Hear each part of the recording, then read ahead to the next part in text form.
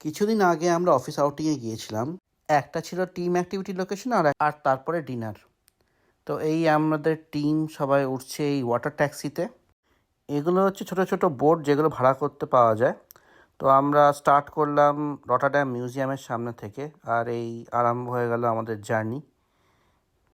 এই water taxi চলেছে Mars নদীর ওপর দিয়ে।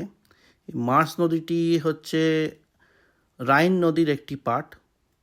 তো এই ওয়াটার ট্যাক্সি করে আমরা আমাদের টিম অ্যাক্টিভিটি লোকেশনের দিকে যাচ্ছিলাম। চারদিক খুব সুন্দর লাগছিল।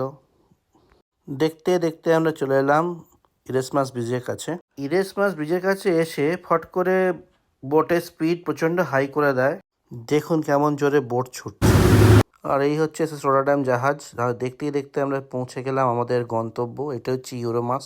এই বিল্ডিংটি দেখছেন, এটি একটি চাইনিজ রেস্টুরেন্ট। তারপর আমরা টিম অ্যাক্টিভিটি করতে গেলাম, আর যখন আমরা বেরোলাম টিম অ্যাক্টিভিটি করে তখন অলরেডি সন্ধে হয়ে গেছে। তাই আমরা গুটি গুটি পায়ে চললাম রেস্টুরেন্টের দিকে, যেখানে আমরা ডিনার করব। এই হচ্ছে সেই ইটালিয়ান রেস্টুরেন্ট যেখানে আমরা ডিনার করলাম। এখানে দেখছেন পিৎজাটা কেমন কাঁচি দিয়ে কাটা হচ্ছে। এগুলো খুব থিন ক্রাস্টের পিৎজা। আমরা 3 ধরনের পিৎজা অর্ডার করেছিলাম। তার মধ্যে একটি হচ্ছে মার্গারিটা, আর একটি হচ্ছে 5 চিজ। এটা হচ্ছে 5 চিজ পিৎজা। আর এই জলের বোতলটা দেখুন কি সুন্দর। আর এই হচ্ছে ওভেন যেখানে পিৎজা তৈরি হচ্ছে।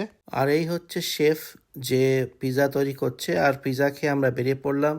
রাতে রটারড্যাম শহর খুবই সুন্দর।